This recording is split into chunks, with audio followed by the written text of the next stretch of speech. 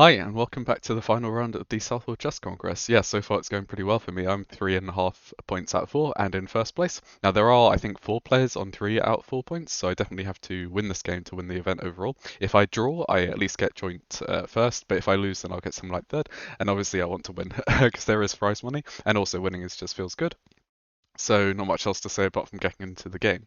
I play knight f3 on move 1, this is just what I play. My opponent plays knight c6, which means that he wants to go into the Chigorin.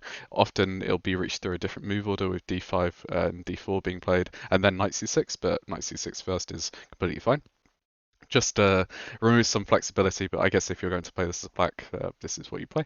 So I played d4, he plays d5, and there are two ways to play this as whites. There's c4 and there's bishop f5. Sorry, not a3. Going to sort of a more London setup. Bishop f5 is completely fine. It's just a bit more of a positional line, whereas c4 I feel like really tries to punish black, and there's a lot more tactical plays. Now people will go wrong very quickly in this line that I find because people often take here. I think this is the most common move. Let me just check. Oh, sorry. Button. Let me just check the database. It's not the most common move, but it's up there. It's played pretty much as the common move. It's d takes c4. Now this is already quite suspicious for black because after d5, black really has no great moves. I mean, the best move is to play knight b8 and then just give the white the center, and you can easily get the pawn back. I can't tell you the amount of times that people just blunder instantly with a knight. Yeah, so I mean, Chigorin is a good opening, but whenever I see it being played, it just doesn't go very well because the main line to be played here is bishop g4, and for some reason Jagoran players just don't play this against me. I don't know if it's just that I'm not of a high enough rating, or that the people, when they see knight f3, they don't really know what to do, so they play knight c6, and then they don't actually sort of know what sort of system they're playing, so they don't know the mainline Jagoran. That being said, if you are a mainline Jagoran player or want to look into it, this is a very dangerous weapon for black, and it's quite a nice opening. But my opponent didn't play that. He actually played e6, which is quite a passive move. I mean, it's not going to lose the game immediately, but you're not really fighting for the center. And I can just develop quite quickly and pin the knight, just put more pressure on here. A common theme in Queen's Pawn opening is that you want to play c5, and that's sort of the downside that Jagoran is that you're blocking that move. He gets to develop anyway, it's still just a position. e3, looking to develop castles, bishop e2. He went to kick my bishop away, so I just want to keep the pin. And then he played a bit of an odd move, knight h7. Now it looks like you're just sort of forcing the trade, which is true. And it's not bad for black, it's just that now you've got to waste a tempo to bring the knight back to the center. It just looks a bit clumsy. So I decided to take. And here, I don't know why, but I had like a weird flashback memory of having this exact position against somebody else, and I thought I was winning a pawn because I went, oh, well, queen takes, then I can take on d5. And then my opponent in that game played knight takes bishop, and I was like, oh yeah, the knight defends the pawn, so I'm not winning the pawn here. And I was trying to find that game before showing this video, I just couldn't, but I'm pretty sure I did play a game just like that. But here my opponent did actually take with the queen. And I sort of sat there for a few minutes and just going, is this not just a free pawn? And just making sure that I wasn't folding for anything, no opening sort of setup or trap. Yes, I'd be opening up the bishop, but my light squares are quite solid, so I don't see an issue in that. And yeah, I think it is just a free pawn, so I just took. He took back, and I took again. Now he can kick my knight around, but I can just move back. And I've just won a pawn, and it's not just any pawn. It's a center pawn, and now I've got all this extra space, and really I just have to develop, and my piece position is going to be quite nice. So this was quite a nice welcome sign on sort of move 10. I will say this was the final round of the event, and this was being played quite late. And we've already had 2 games already. And playing chess for the past sort of 9 hours is quite a strenuous thing. So I don't really blame my opponent for blundering. I probably would have done the same thing if I was that tired. But he played bishop g4. I just play h3, just kicking away, and then just castle, because, I mean, it looks like black has some sort of attack against my king, but there's nothing really there. I've got enough pieces there, and he doesn't have enough pieces to attack. Brought his rook to the game, I developed my queen.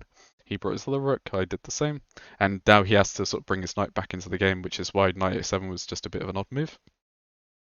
I played a3, the idea being that I actually wanted to shift my pieces over to these squares, and that I knew that knight b4 would be quite annoying if I tried to do that, so just cut that out immediately.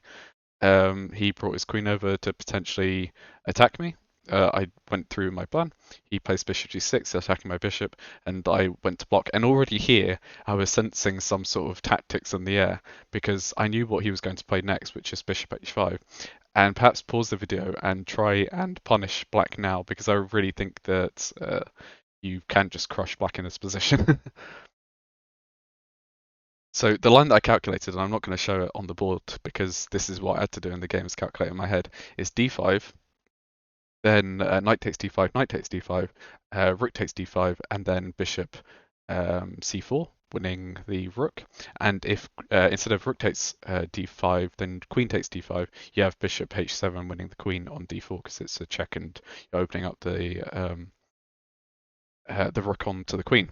Now, unfortunately for me, there's actually an error in that line, which is, and I'm going to show it over the board, is that after d5, knight takes d5, knight takes d5, rook takes d5, and in this position, I realized that bishop c4 actually doesn't work because of bishop takes f3, which sort of defends the pawn retroactively.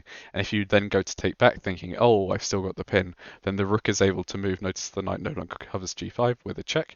And then once the king moves out of the way, the queen can move somewhere too. Now, the computer still claims that this is actually better for white, very slightly, like 0.01. But this position, I've added chaos into a position that I just didn't need to, and I felt that I should have just cut my losses. So back in this position, I actually played bishop e2, which I think is a stronger move than what bishop c4 was, and I just went, okay, I've messed up, I've lost a pawn. So yeah, just carry on with the game itself and not get too upset. Sort of a similar thing that I did in round 2, where I messed up my massive lead, and rather than just going full Hail Mary, just recovering myself and going back to the position. Now, you might have seen in this position, there's actually a winning move. And unfortunately for me, I just didn't see the tactic because I'd already committed myself to the other tactic. And instead of taking here, it's actually to play bishop f5 because nowhere where the queen can go can they still defend the knight. Because if you try to defend the knight, then you've actually blocked the rook's defense. And then because the queen is the first defender, then you're just picking up her piece. And in this position, the computer already wants just to sack and then go something like this. And of course, white is just much better. I mean, it's 2 pawns for a piece, but I mean, you'll just trade and eventually you'll just be up a minor piece. This is just much better. So yeah, really a slack by me on a tactical level, not seeing bishop f5. But at least I cut my losses and just went for bishop e2. He took my knight. I was happy to see this because now my bishop actually gets to a nice diagonal.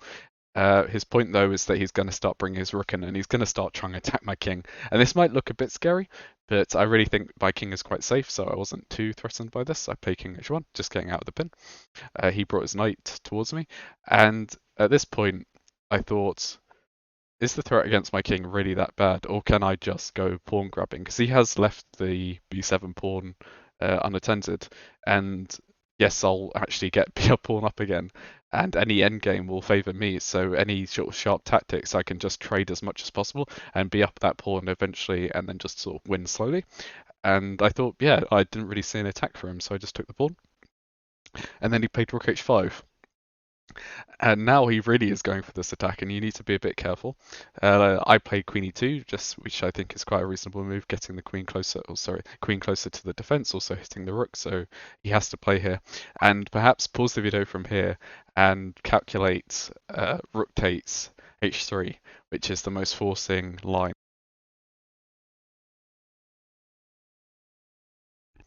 Sorry, my microphone cut out. So from this position, I calculated rook takes h3, and my opponent did actually play rook takes h3, but just from here, before we go into it, so rook takes h3, g takes h3, queen takes h3, king g1 forced, and then knight g4 was the move that I thought was the scariest. And in my calculation, I thought, okay, I could play f4 because then I'm freeing up my queen's ability to cover the checkmate on h2. But then what happens after rook takes e3? Because then the rook can swing across to g3. And then through that logic, I went, okay, instead of playing f4, I'm going to play f3 because then the rook can't swing from e3 to g3 because it would be blocked. And then from that position, I thought, well, white is just going to be winning. I'm going to be trading the pieces and I'm up a pawn and he's already sacrificed a rook, so I can even sack some material back and I'll just be ahead. So yeah, Let's go ahead and play it. So this is quite a scary thing to see when you're in first place and wanting to win the event. You really do have to be careful here. But yeah, I took back. He took. Oh, I have to move to G1. That's the only square. He played knight G4 as predicted, and then I played F3. And as you can see, my idea is to block the rook coming to G3 and also allow my queen to cover H2. Now, before I get onto the game itself, what I failed to appreciate actually is white is really okay here. Like there is no attack at all, and the computer is quite brutal in its defense. For instance, F4, which is the move that I looked to before, isn't even the best move here. And the point is that after this move, there's a really nice rook F3, which just sort of saves the game, and black has nothing here, and the game is just over. I didn't see this resource with the same idea of just blocking the rook from coming to G3, but using the rook rather than the pawn. But an even stronger defense, and just I don't know, I'm not sure why I'm calling the computer a scumbag for showing this, but it just feels like such a snarky way to defend. It's just rook e1, and the point being is that this bishop that went off to get a pawn is covering all the light squares, and there really is nothing for black to do because you can deliver this one check, and you can deliver this next check. Once the bishop comes back, black has nothing and should stop a rook, and the game's pretty much over because you're threatening to take here or advance if the queen gets too far away. And to me, I mean, it looks so, I don't want to say obvious now, seeing in hindsight, but yeah, just black really has nothing. But it is what it is. I played F3. F3 is still completely fine. White is still winning. It's just, I think it was the third best defense, but it wasn't the best like F4 or the rook e1 idea. So he took my pawn. I was calculating rook takes, but I think this would just be fine because I can check back here, and then I can play this, was the idea that I had in my head after g6. I can just take the knight, and then if you take back, then I can just defend. This was the sort of line that was calculating in my head. You can also play bishop g2 according to the computer. So I was okay with rook takes, but he played knight takes, which makes sense. You're going for a fork. I brought my queen across, just defending the square and forcing him back. And in this position, sort of the downside of not playing the best defense is now I actually have to find an only move. Well, not an only move, but one move that really shows advantage for white. So the best move to play here is bishop e4. And I feel like bishop e4, it looks like a nice move, but the power of bishop e4 is shown if you don't play bishop e4. Because if you play what I played in the game, rook to e1, just pinning the knight to the rook, this is now even for black, which is crazy to say, having had such a successful defense. Now, the move that I overlooked was queen b6, and just lining up with the king and the bishop. And this is why bishop e4 is good, because if you play bishop e4 in this situation, and then queen b6 with the same idea of using this diagonal, you don't have to move the bishop. The bishop isn't hit with tempo, so you have this additional resource, queen f2, which defends the game. Now, unfortunately for me, I didn't see this, but neither did my opponent. And my opponent, I think, was on lowish time? I can't remember. Maybe he wasn't, maybe he was, but yeah, he didn't see queen b6. I didn't either. But if you don't find queen b6, then every move is super winning for white here. He brought his queen over to check me, but I can just slide over and defend. Going to here will actually lose the game, so you do have to be a bit careful because again, this queen b6 idea exists. I didn't see the queen b6 idea, but just naturally h1 just seems safer. He took my rook, but this is yeah, just game over because I can take the rook with check. I'm not sure what else really to just adjust here with black, but I was quite lucky in the sense that this really is game over. You play king h7. I did look at bishop e4, but I think this is just messy after f5, so I played queen h3 to prepare bishop e4 because then f5 would be defended. Also, I'm hitting the knight. He attacked my king. I moved up, and he went for this. I mean, the game's over at this point. He can't really save the knight because if he tries to save the knight, then bishop e4 comes and the knight no longer supports f5. So yeah, you pretty much have to give it up. He gave me one more check or so, but after I block it, he actually resigned in this position, which is fair enough. Now that means I win the tournament because I won my last game. So I won the tournament with 4.5 points out of 5, which is good, and haven't won the tournament in a while, so this was a nice feeling. Now, when this video is being posted, I've actually entered myself into another tournament, and this time I've entered myself into the section above, because the section that I'm sort of in, I'm barely in by like 1 or 2 points, and a lot of the players, because it's the lowest section technically, despite being under 1700, there's a lot of unrated players, and I don't particularly fancy playing against unrated players not winning or losing points. I mean, even if I lose points, I want to lose points. I want to have some stakes in the game. So I've entered myself into the under 2000s. Now, I have beaten 1800s before, so I don't feel like I'll be completely out of odds there. It'll just be a bit more challenging. And yeah, hope you enjoyed this game. This tournament's going pretty well for me. And yeah, stick around for some more chess. Thanks.